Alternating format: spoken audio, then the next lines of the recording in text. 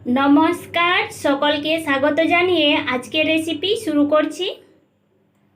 Bread আলু দিয়ে নাস্তা বানানোর জন্য এরকম স্লাইস ব্রেড নিয়েছি। প্রথমে ব্রেডগুলোকে হালকা করে ভাপিয়ে নেব।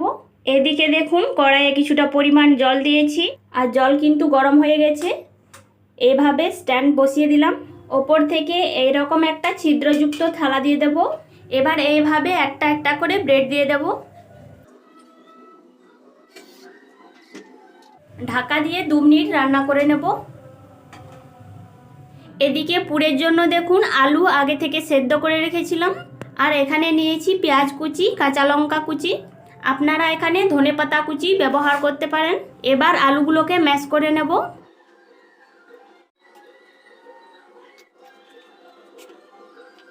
আলু দেখুন সুন্দরভাবে মেখে নিয়েছি। এবার স্বাদ মতো লবণ দিয়ে দেব, সামান্য একটু গরম মশলা গুঁড়ো দিয়ে দেব। এবার সব কিছু ভালো করে মিশিয়ে নিচ্ছি।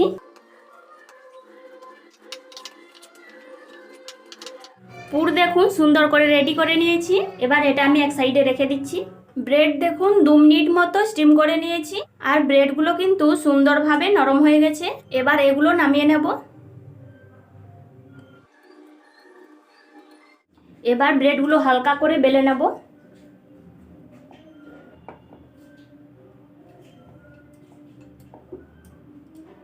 দেখুন এইভাবে বেলে নিয়েছি। এবার ওপরে আলুর পুর দিয়ে দেব। এবার এইভাবে রোল করে নেব।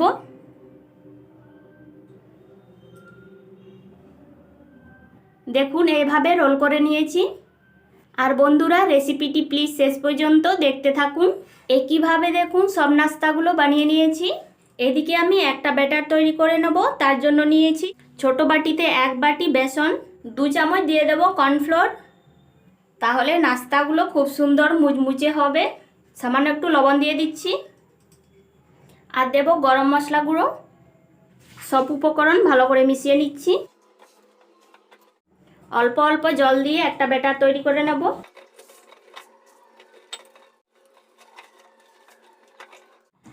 দেখুন এরকম একটা ব্যাটার তৈরি করে নিয়েছি। খুব বেশি ঘন এবং খুব বেশি পাতলা হবে না, ঠিক এরকম হবে। এদিকে দেখুন ভাজার জন্য কড়াইয়ে রিফাইন্ড অয়েল দিয়েছি, আর তেল কিন্তু গরম হয়ে গেছে।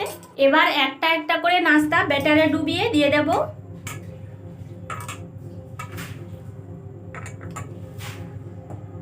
দেখুন এইভাবে। গ্যাসের ফ্লেম মিডিয়াম টু হাই রেখে নাস্তাগুলো ভেজে নিতে হবে। এক সাইড দেখুন হালকা কালার চেঞ্জ হয়ে গেছে। এবার উল্টে নিচ্ছি।